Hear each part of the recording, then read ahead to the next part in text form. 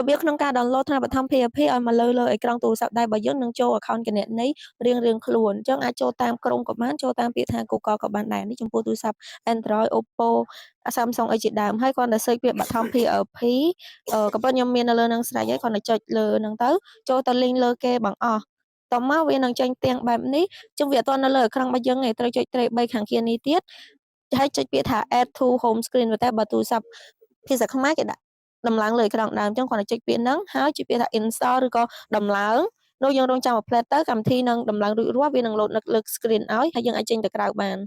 នេះគឺជាកម្មវិធីថ្នាបឋមនៅលើអេក្រង់គ្រាន់តែចុចចូលទៅគេបែងចែកជា3ផ្នែកធំៗទី1សម្រាប់សិស្សគាត់ធ្វើលំហាត់រៀនសូត្រនិងធ្វើតែការប្រឡងទី2សម្រាប់គ្រូគ្រប់គ្រងសិស្សគ្រប់គ្រងថ្នាក់រៀនសាលារៀននិងវគ្គបណ្ដុះបណ្ដាលនិងសៀវភៅល្អៗជាច្រើនទៀតហើយនឹងចុងក្រោយគឺផ្នែកថ្នាក់គ្រប់គ្រងអញ្ចឹងចំពោះសិស្សនិស្សិតអាចចូលផ្នែកទី1ពតក្រូចនេះតមកចូលទៅវាមាន3ផ្នែកធំៗនៅខាងក្នុងនឹងទៀតសម្រាប់សាលារៀនចំនួនថ្មីហើយការធ្វើតែការប្រឡងនិងថ្នាក់ចាស់ដែលយើងអាចមើលឯកសារពីដើមនៅឆ្នាំមុនបានអញ្ចឹងចំពោះបងប្អូនថ្មីយើងអាចចូលថ្នាក់បឋមចំនួនថ្មីតមកយើងត្រូវ log in account គណនីរបស់យើងចូលហើយ account គណនីនេះអ្នកគ្រូលោកគ្រូគាត់បានផ្ញើជា QR code តាម chat ឬក៏ Telegram ឲ្យយើងហើយអញ្ចឹងបើយើងអត់ចាំពាក្យសង្កាត់ទេគាត់ទៅចុចពី scan QR code អញ្ចឹងយើងត្រូវទៅជ្រើសរើស QR code ដែលយើងបានរក្សាទុកនៅក្នុង photo របស់យើងហើយចុចគ្រីយ៉ូហើយចុចពាក្យ done នងចាំបន្តិចនោះនឹងឃើញ account គណនីអញ្ចឹងឧទាហរណ៍ជាក់ស្ដែងខ្ញុំដាក់ search ខ្ញុំឈ្មោះសៀវមីប៉ុន្តែអានេះវាលោតឈ្មោះរៀងបច្រាស់អត់អីទេលោកគ្រូអ្នកគ្រូអាចកែប្រែតាមក្រោយបានអត់ជាបញ្ហាអីទេអញ្ចឹងដល់ពេលគាត់ចូល account គណនីសម្រាប់ការរៀនសូត្រនឹងបានអញ្ចឹងគាត់អាចរៀនបើសិនខ្ញុំថ្នាក់ទី6អញ្ចឹងគាត់អាចធ្វើការរៀនមុខវិជ្ជានីមួយៗឡើងវិញបានទាំងអស់ហើយនឹងធ្វើលំហាត់ផ្សេងហើយចំពោះការប្រឡងវិញអញ្ចឹងគាត់នឹងចុចសញ្ញាខ្វែងនៅគៀនគេនេះវិញនិងចុចពាក្យថា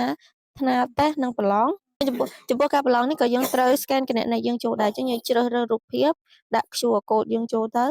ម្ដងនឹងឃើញទាំង4បែបនេះមានការប្រឡងតាមខែនីមួយៗហើយមានតាមមុខវិជ្ជាដែរឧទាហរណ៍ឥឡូវខ្ញុំចាក់ប្រឡងតេស្តភាសាខ្មែរអញ្ចឹងយើងអាចរៀបចំត្រៀមខ្លួនក្នុងការប្រឡងរកកន្លែងមួយច្បាស់លាស់ហើយកំណត់ពេលវេលានៃការធ្វើកិច្ចការបើសិនជាបងប្អូនគាត់ប្រឡងនៅផ្ទះតែបើប្រឡងនៅសាលារៀនអ្នកគ្រូលោកគ្រូគាត់ជាអ្នកកំណត់ពេលវេលាឲ្យជាក់ស្ដែងហើយនេះជាសំណួរនៃការប្រឡងអញ្ចឹងមានរហូតដល់22សំណួរអញ្ចឹងពេលដែលគាត់ជ្រើសរើសចម្លើយត្រឹមត្រូវគាត់ចុចពាក្យបន្ទាប់ហើយចុចបន្ទាប់រហូតដល់ចប់ទាំង22សំណួរទៅគេឲ្យទៀងទាត់ឡើងវិញហ្នឹងមានថាចុចបន្ទាប់រហូតទៀតយើងមើលថាកិច្ចការដែលយើងគ្រីសហ្នឹងត្រូវមានរំលងត្រង់ផ្នែកណាមួយឬអត់បើរំលងនោះនឹងយើងមិនអាចបញ្ជូននោះយើងមិនអាចបញ្ជូនលទ្ធផលតេស្តនោះយើងនឹងមិនអាចបញ្ជូនការប្រឡងរបស់យើងបានទេជួនកាលត្រូវប្រឡងសារឡើងវិញទៀតក៏មានដែរអញ្ចឹងកុំភ្លេចចុចទៀងទាត់ឡើងវិញហើយបានចុចបញ្ជូនជាការស្រេចហើយអញ្ចឹងបើប្រឡងឧទាហរណ៍ខ្ញុំគ្រាន់តែចូលរបស់គេណាអញ្ចឹងខ្ញុំចុចសញ្ញាខ្វែងនេះវិញចេញវិញអញ្ចឹងការប្រឡងហ្នឹងអត់ចាត់ទុកជាផ្លូវការទេអញ្ចឹងអត់ជាបញ្ហាអីទេចំពោះការណែនាំខ្ញុំក៏មានតែប៉ុណ្្នឹងដែរបើមានចម្ងល់អីអាច comment សួរបាន